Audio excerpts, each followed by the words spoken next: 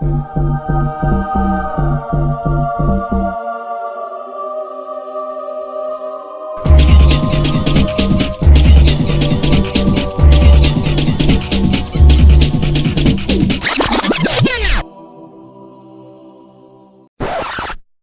to part 2. So atheistic philosophers prefer the term natural law and natural rights. It enables them to distance themselves from acknowledging any kind of supreme being. But logically, if we acknowledge Mother Nature, we should understand that there must be the male counterpart somewhere.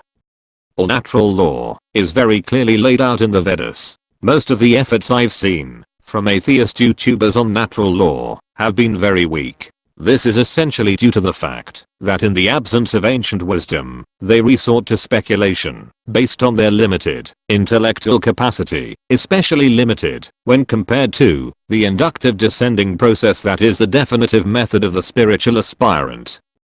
Unfortunately, Western academia voyages no further than to ancient Greece, to the likes of Aristotle. Because of this, they remain bereft of higher understanding. But for those fortunate enough to have access to Vedic knowledge, they understand that scripture is there to help the living entity struggling in conditioned material life.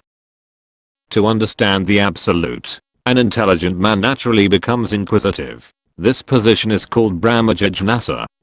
Atato Brahmajijnasa. One should inquire into the absolute. This is the first aphorism of the Vedanta Sutras. Scripture is there to free the living entity from the miserable conditions of material existence. The allegorical story of the astrologer may help us gain perspective on the virtues of the different paths that are available to the living entity in order for him to better his position. Once, a learned astrologer came to the house of a poor man and, seeing his distressed condition, questioned him. The astrologer asked, "Why are you unhappy? Your father was very wealthy, but he did not disclose his wealth to you because he died elsewhere." The astrologer said, "The treasure is nearby, but if you dig towards the southern side, wasps and drones will rise, and you will not get your treasure. If you dig on the western side, there is a ghost who will create such a disturbance that you won't be able to get your hands on the treasure. And if you dig on the northern side, there is a big black snake that will devour you. However, if you dig up a small quantity of dirt on the eastern side, you will immediately get the pot of treasure."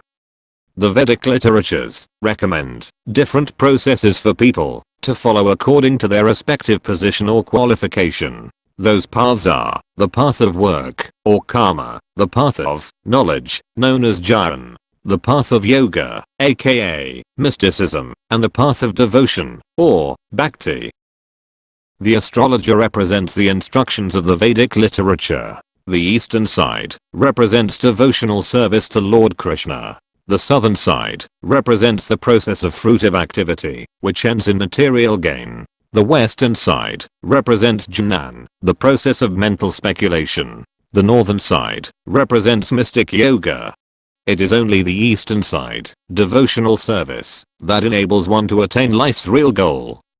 On the southern side, when one follows the system of fruitive activity, his material desires remain prominent. Consequently, the results of this process are compared to wasps and drones.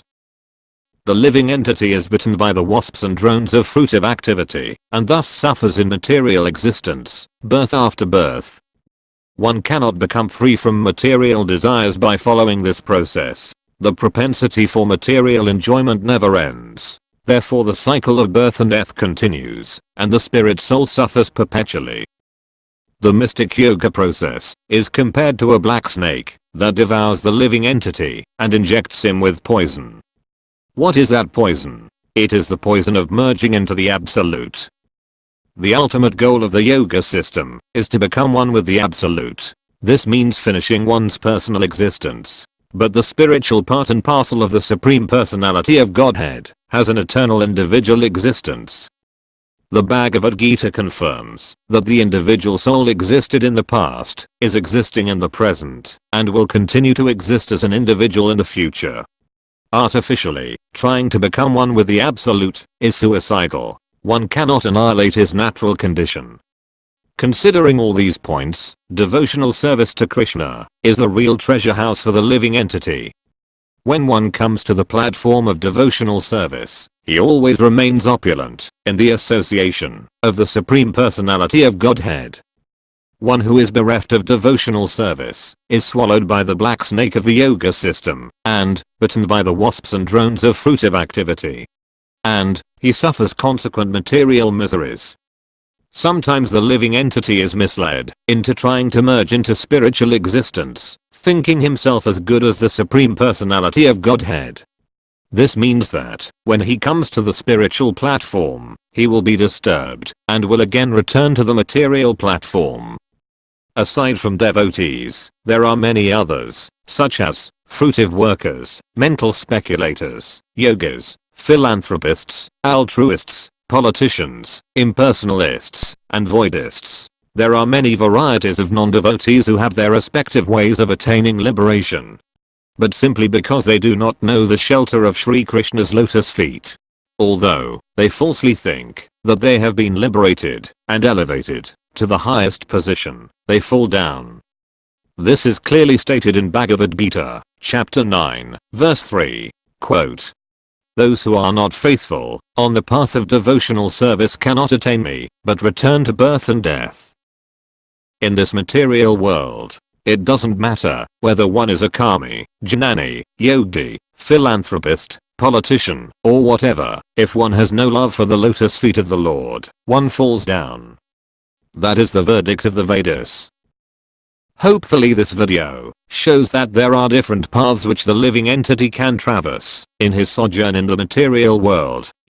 Each of these paths are within the universal boundaries of natural law and afford one different results based on the different processes chosen. If, however, one desires to be liberated in the absolute sense, then one has to awaken one's inherent spiritual nature and, through the path of devotion, transcend material nature. Om Cat Sat.